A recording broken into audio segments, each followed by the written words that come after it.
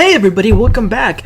Today we're going to be talking about the first part of the Real Housewives of Salt Lake City Season 3 reunion. So get comfortable because we're about to get into it. Okay guys, I gotta admit that I went into this reunion thinking that it was going to suck. I thought it was going to be a snooze fest. I said it's only going to be 4 of them. There's going to be no Jen. What are they going to talk about? But you know, they surprised me because it was actually pretty entertaining. So let's get to what happened. So, you know, we get the typical behind the scenes of the ladies getting ready. You know, from the get-go, you can tell that this is clearly going to be a 2 versus 2. Lisa and Whitney versus Meredith and Heather. Like, it's blatantly obvious. So, you know, Lisa and Whitney, like, we see them talking about how they're going to handle everything and all of that.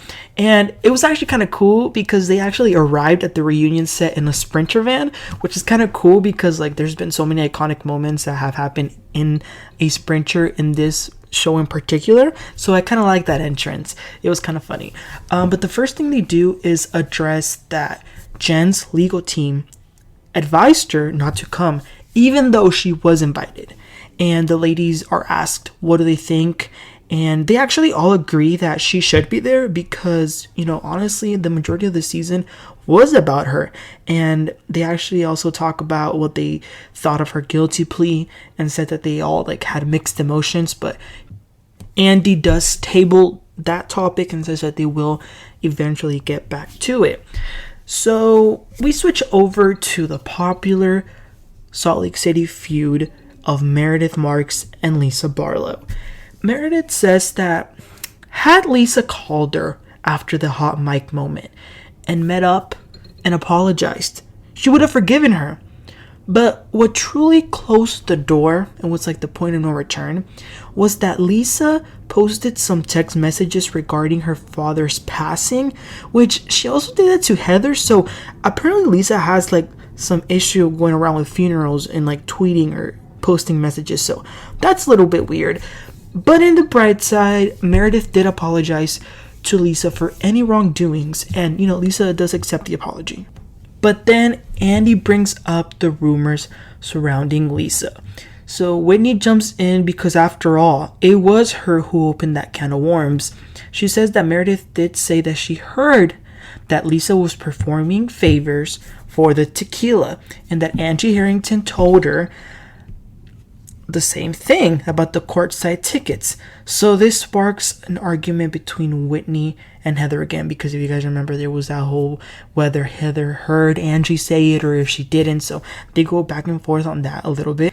And Lisa, she thanks Whitney for bringing it up, but it's ironic because by Whitney bringing it up, it's now in the forefront. So that's confusing. And according to Lisa, she says that Whitney would never have said anything if she hadn't heard it from somebody else. So then Andy brings up that Lisa accused Meredith of popping pills. And Lisa blames it on Jen and says that she can call her if she wants. So what does Meredith do? She actually picks up her phone and calls Jen, and Jen answers. You see, I don't think that Lisa expected Meredith to do it because Lisa actually looked pretty nervous. Kind of shocked also when Meredith was calling Jen. And like I said, Jen did answer and said that it was totally not true. But that was pretty much it. That's the only thing that Jen said. So in a way, Jen did make a little, you know, appearance in this reunion just to clarify that rumor, which again, she claims that she never told Lisa, but Lisa says that she doesn't care what a, you know, criminal says. They also touch on the drama surrounding the SEC filing, and Andy asks if they can continue the friendship. Meredith says that so much damage has been done, so she doesn't know, but she does want them to try to be cordial. And Lisa gets emotional and says that she regrets the hot mic moment, which I thought it was okay, but then she begins to cry and saying that she doesn't like to be attacked. And I was like, I don't know, I think they both should have just owned it and move on, because we don't, well, I speak for myself, but I don't want to see like next season again have this Meredith and Lisa recycled feel. Like it's getting a little old, you know what I'm saying? But, you know, something light and fun. They do mention Lisa singing that it had gone viral, and she said that she might release something. But we go back to the drama. They go over some scenes with Angie Harrington, Danna, and Angie Katsanevas. And then they join them in the couches. So Andy asks Danna if she ever even tried to be friendly with Jen. And she says that she did. That the first time they met, they were like friendly. She thought she was cool. But it all changed when she heard how Jen was screaming and treating Angie Harrington. That made her look at her in a very different way. And really interesting, they actually show that deleted scene that we talked about last time that was cut from the finale, that altercation between Danna and Jen. And I'm wondering if they left it out to then show it in the reunion. But they did show a little piece of it, and Danna explains how that altercation began. Apparently Jen made fun of where she lives, and she also started to call her husband names. So then Angie Harrington clarifies that she never said what Whitney accused her of. So then Angie and Lisa start going at it.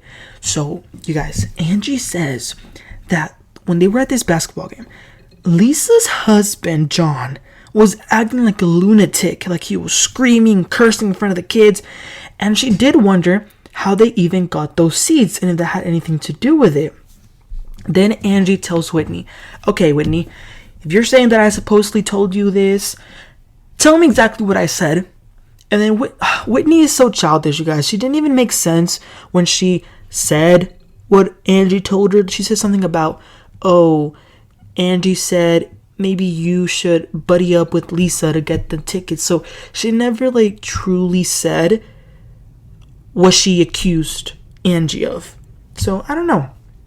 And then both Angie and Meredith are like, don't throw stones, Lisa, because people have also been saying that you have a troll account. And Lisa starts to get mad.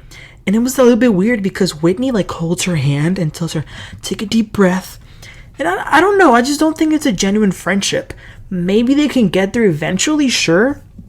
But right now, I don't know. I just feel like Lisa needs somebody to be with because of her fight with Meredith. And Whitney needs somebody to be with because of her fight with Heather. So I don't know if that's, a real friendship. I think it's more of an alliance. And then Angie K jumps in. They talk about the champagne. I will say it is a little sad to see that Heather and Meredith are sort of justifying the champagne throw because it was wrong and it was not fun. It was totally not okay. So I didn't like that they were kind of saying that it wasn't that big of a deal. But they do say that Angie K hit Jen below the belt way too many times, and like I said, they go back and forth a little, and they basically call Angie K thirsty to be on the show. And Angie K then continues to talk a lot of mess about Jen, about how she doesn't like her. And then some texts were shown where Jen was actually talking bad about Heather's business with Angie K. But Heather kind of dismisses it, and she says that it's par for the course for Jen. And then, you guys, we begin to talk about the big eye situation with Heather. They show all the footage leading up to it. Lisa is jumping down her throat, saying that she needs to be straightforward, and maybe she should have filed the report, because what that does when she doesn't, say what happened is that it puts a lot of people in question. So that's not okay, which I agree with that. And then for some reason, Heather begins crying and saying that she has so much shame and guilt for blacking out. So I guess that's like her defense. And Andy asks Heather point blank if she thinks Jen punched her. And she says that she doesn't know. But had it been Jen, she honestly would have covered it up. And the reason that she called Jen first is because that's the person that she trusted the most, which is absurd for Whitney and Lisa to hear. And then all of them go around and say their theory of what actually happened.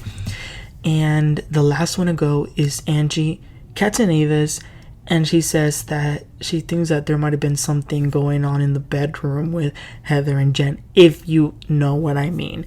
And that's where the episode ends.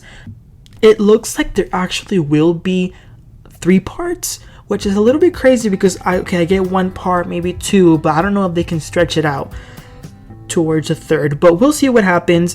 Like I said, let me know everything that you think. Who stood out? Whose team are you on? Who do you like? Who do you don't like? Let me know in the comments, and please don't forget to like and subscribe, and I'll catch you guys next time. You guys have a great one.